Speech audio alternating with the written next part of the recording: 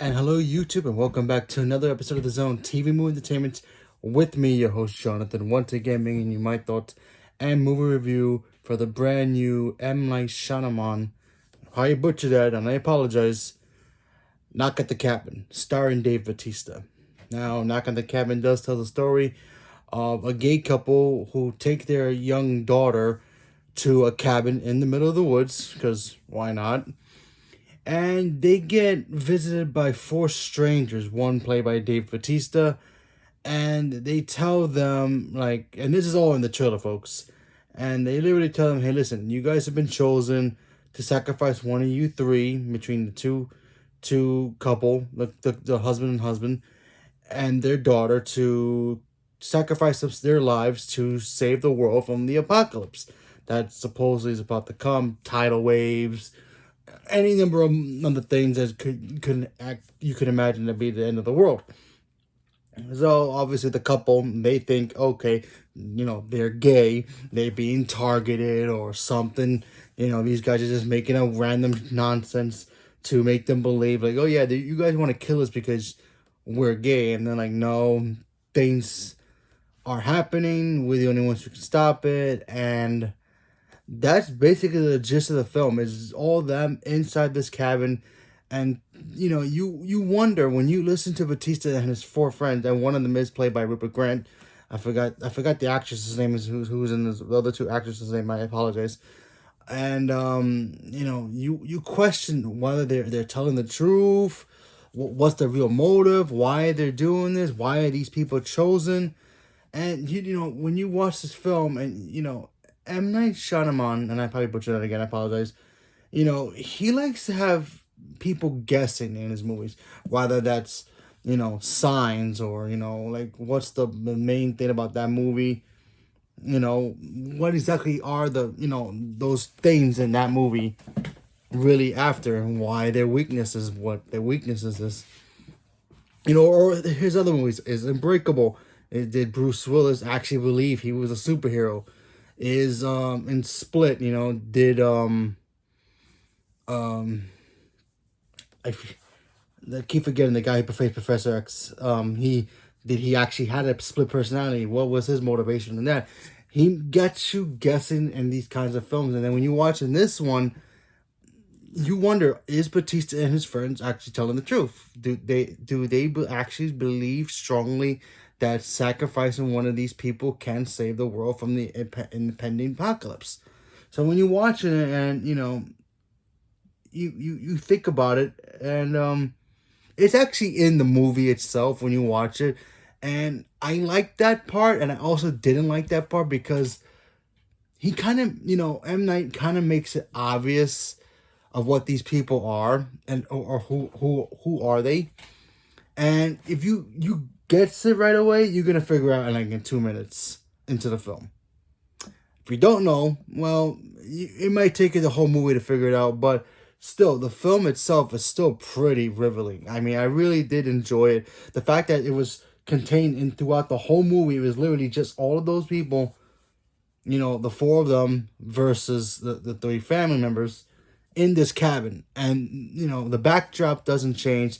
You see other things, you see flashbacks and stuff like that of other things, but you really just stay secluded, and they really stay secluded in this one environment, which is the cabin. And I really thought that M. Night did a really good job of secluding all these characters in one location, and making the environment that they were in kind of creepy, because you don't know what happens if you stuck in the middle of nowhere with four strangers telling you to kill one of your family members in the middle of nowhere, and there's no way you can get away from that.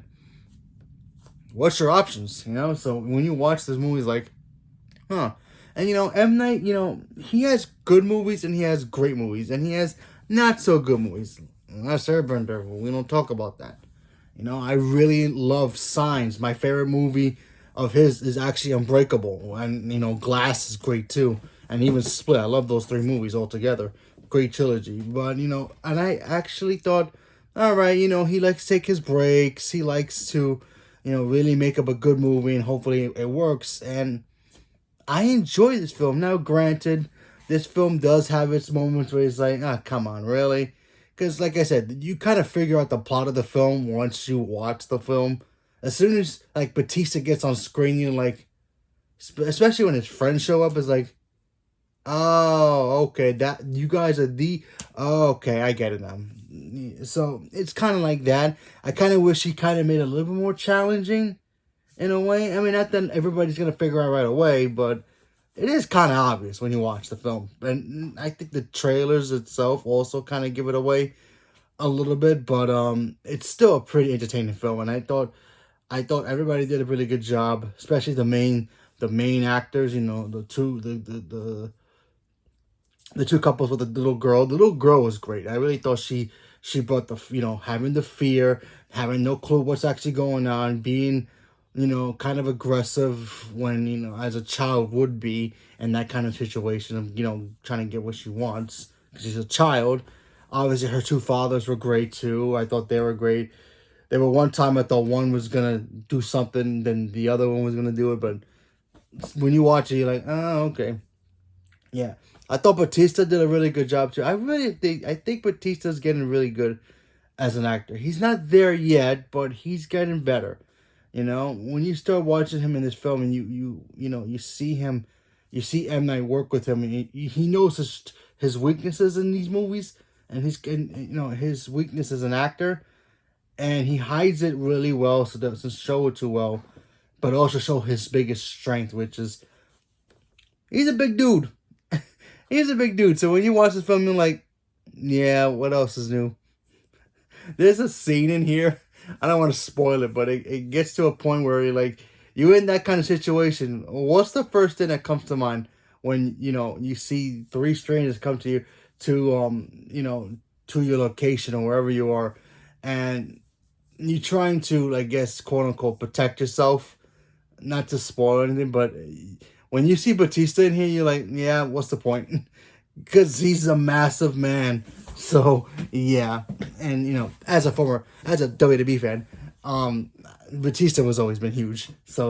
And powerful. So, yeah. When you watch this film, it's like, yeah, I would be scared of him if he was coming after me like that. But, yeah. But when this film, like I said, I really thought it was fun. It's not, M. Night's best film, but he's getting better. Ever since Split and Glass came out, M. Night's getting back to that rhythm of being good. Being a good director. I mean, Signs is great. So there's that. I think he directed The Sixth Sense too. I could be wrong about that. I don't remember if he directed Sixth Sense. I think he did. I might be wrong. And if he did directed Sixth Sense, well, that was his bread and butter right there. So, but yeah, I really like this film. I thought it was a lot of fun, and kind of makes you kind of question, what's going on in here. Does it actually, is it real? Is it not real? Kind of thing. So when you watch it, it makes you think. It just makes you think, and I appreciate the film. So yeah, so I recommend it. So leave me a comment below. Let me know what you guys thought about this. Are you guys big M. Night Shyamalan? And I probably butchered that again. Apologize. M. Night's fans, what's your favorite movie of his? For me, it has to be the quote-unquote Unbreakable trilogy, which is Unbreakable, Split, and Glass. I really thought those movies are all awesome. Those are my favorite movies of his. Womp Womp, The Village, Following, all those other movies are just okay. Visit, I can't stand that film. And, yeah, so leave me a comment below. Let me know what you guys thought about it. And stay tuned for more. Thank you very much, and have a good day.